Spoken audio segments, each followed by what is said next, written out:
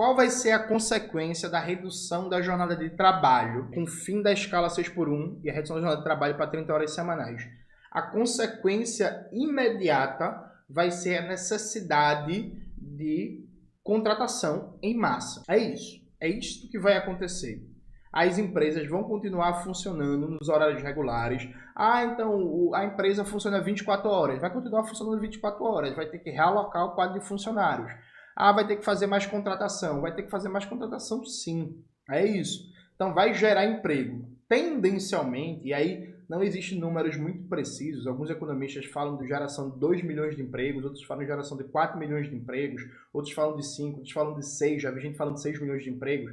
Fato concreto é, reduzir a jornada de trabalho vai ter como efeito imediato a geração de emprego, dado que, tendencialmente, toda empresa vai buscar manter a sua fatia do mercado sem perder espaço para concorrente. Então, a coisa funciona basicamente o seguinte. Veja, se para manter a clientela que você tem, você precisa de, vamos imaginar, você precisa de 30 funcionários para hoje dar resposta às demandas que você tem. Com a redução da jornada de trabalho, vamos dizer que você passe a precisar para fazer uma escala que comporte ali de 40, né? Veja, ou você faz isso, ou você perde a clientela, ou você vai violar a lei e ter problemas legais. É basicamente isso. É isso. Então, a resposta imediata, sim, vai ser o aumento do emprego. Vai ser a geração de emprego em massa no Brasil. Aí alguém pode perguntar assim, mas Jones, isso não vai aumentar os preços? Pô, não necessariamente, gente. Sabe por quê? Porque a gente vive numa economia de mercado capitalista. E em vários setores, como nos setores de bens e serviços, há um limite para você aumentar os preços, simples e objetivamente, dado que, e aí exemplos simples para vocês entenderem. Vamos lá, tem uma rua que tem vários bares, por exemplo, aqui em Recife tem uma rua chamada Mamed, né, que tem vários bares assim juntos.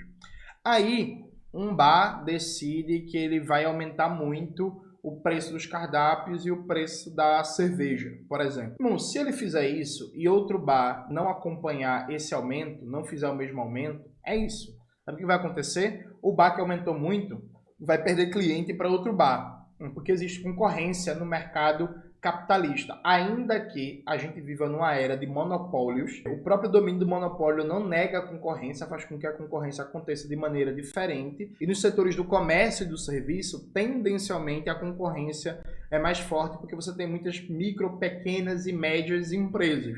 Então, há um limite para repassar o aumento de custo. É isso. Então, não vai ter uma explosão inflacionária, não vai ter um aumento geral dos preços, isso simplesmente não vai acontecer. Dado que, se um bar aumenta muito a sua cerveja, inclusive isso vai ser elemento de concorrência. O outro bar vai dizer assim, ó, aqui a gente não aumentou, ou aqui está mais barato, venha beber aqui. Mesma coisa um mercadinho, mesma coisa um supermercado, mesma coisa uma loja de eletrodomésticos, mesma coisa um shopping, mesma coisa um restaurante e por aí vai. Então existem limites, né, para uma dinâmica de aumento geral de preços.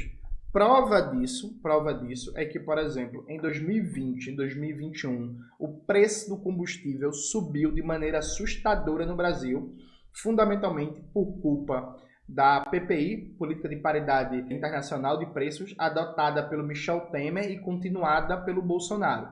No Brasil, mais de 80% de toda a circulação de pessoas e mercadorias é feita por meios rodoviários. A partir do momento que você explode o preço do combustível, da gasolina, do diesel, isso tem impacto inflacionário em toda a economia. Cresceu o preço das coisas, cresceu o preço das coisas, cresceu o preço dos alimentos, por exemplo, bastante e tal, mas isso não significou que todo aquele impacto inflacionário foi repassado para o consumidor final. Então, assim, você não viu restaurantes, bares, boates e tudo que você imaginar que foram impactadas diretamente pelo aumento do preço dos combustíveis no seu custo, por exemplo, ter o aumento de preços de 30% a 40%. Né? Se você for pegar o acumulado do aumento do custo do combustível em 2020, 2021 e por aí vai. Claro, 2020 tinha lockdown e tal, mas 2021 a coisa já começa no final a voltar a funcionar com algumas restrições. Em 2022 você não viu o aumento de 30%, 40%, 50%. Percebe? Há um limite para o repasse de custos. Há um limite para o repasse de custos. Dito isto, qual é a grande questão? Qual é a grande questão? Alguém vai dizer, mas Jones, mas as empresas vão fechar. Mas veja, gente, empresas no Brasil já estão fechando. Sabe qual foi o número de empresas que fechou em 2023? Foram mais de 2 milhões de empresas. Para ser preciso, 2,1 milhões de empresas fecharam no Brasil em 2023. Isso é um aumento de 25,7% em relação ao ano anterior, 2022. O ano pós-pandemia, né? Hoje, no Brasil, está fechando mais empresas do que na época da pandemia. As empresas já estão fechando. Mas, Jones, se reduzir a escala de trabalho, a empresa vai fechar mais. Não. Sabe por quê? As empresas vão continuar fechando no Brasil. Sabe por quê? Elas vão continuar fechando? Porque o problema central das empresas não é o custo da força de trabalho. Aqui é o ponto central. Veja, esse nunca foi o problema central de empresa. Custo da força de trabalho. É isso mesmo, é isso mesmo. E aí eu vou explicar aqui para vocês em detalhe, inclusive para as micro e pequenas empresas. A primeira coisa que eu vou chamar a atenção para você é puxar pela sua memória. Se você tem 30, 40 anos, e você tem uma empresa, tem um negócio, você viveu, por exemplo, o período ali de 2008, 2012, né? Final do segundo governo Lula, começo do primeiro governo Dilma. O salário mínimo estava crescendo, o poder de compra das famílias estava crescendo, o investimento público estava crescendo de maneira gigantesca. Veja, seu negócio prosperou, mesmo com o valor da força de trabalho. Pagar salário, pagar, sei o que, não era um problema para você. Você estava conseguindo ter lucro. Percebe? Por que você estava conseguindo ter lucro? Você conseguiu isso porque a demanda agregada estava crescendo. O que é a demanda agregada? É basicamente o que as pessoas têm para gastar, o que as pessoas, famílias, empresas têm para gastar e o crédito disponível na praça.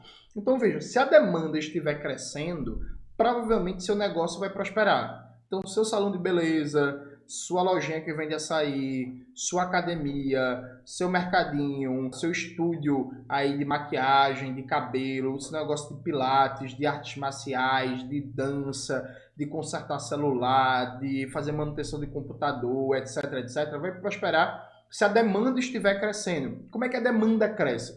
A demanda cresce basicamente com o crescimento da massa salarial, crescimento do poder de compra dos salários, e o crescimento do poder de compra dos salários vem com o aumento do investimento, fundamentalmente do investimento público.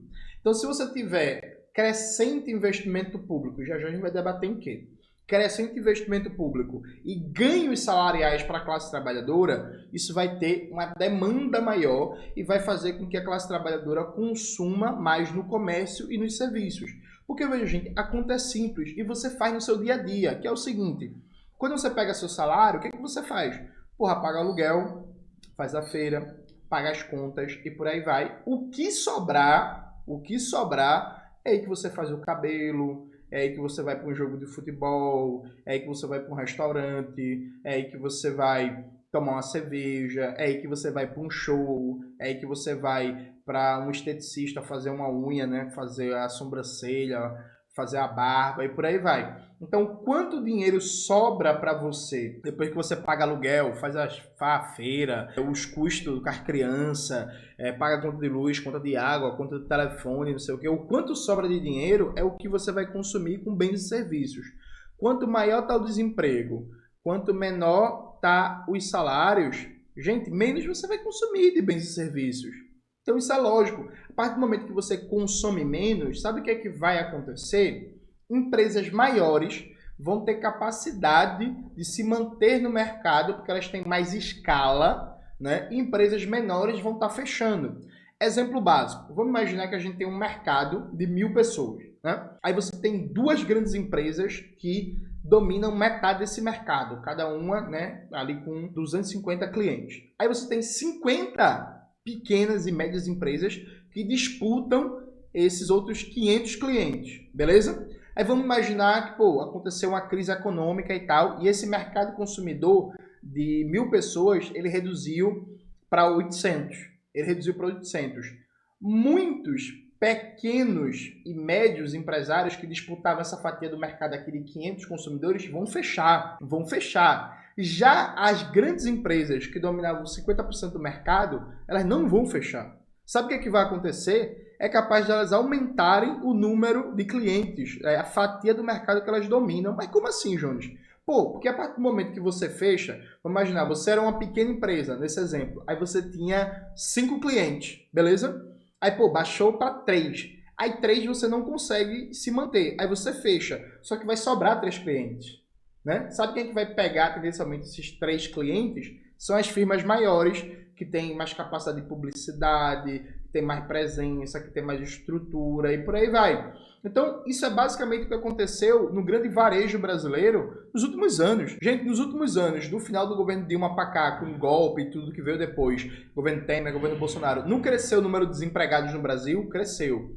Não reduziu o poder de compra dos salários? Reduziu. Não aumentou a fome? Aumentou a fome. Não aumentou a miséria? Aumentou a miséria. Mas veja, o Magazine Luiza, a C&A, a Renner, a Riachuelo, o Atacadão, o Atacarejo, o Mix Mateus e por aí vai, esse povo não deixou de se expandir e ganhar dinheiro não. Como é que eles se expandiram, gente, se no Brasil nos últimos anos tem cada vez menos pessoas com dinheiro para consumir, com salário, com bons empregos, cada vez mais pessoas passando fome, pessoas endividadas, já a gente vai falar sobre isso, pessoas endividadas. Como é que eles cresceram?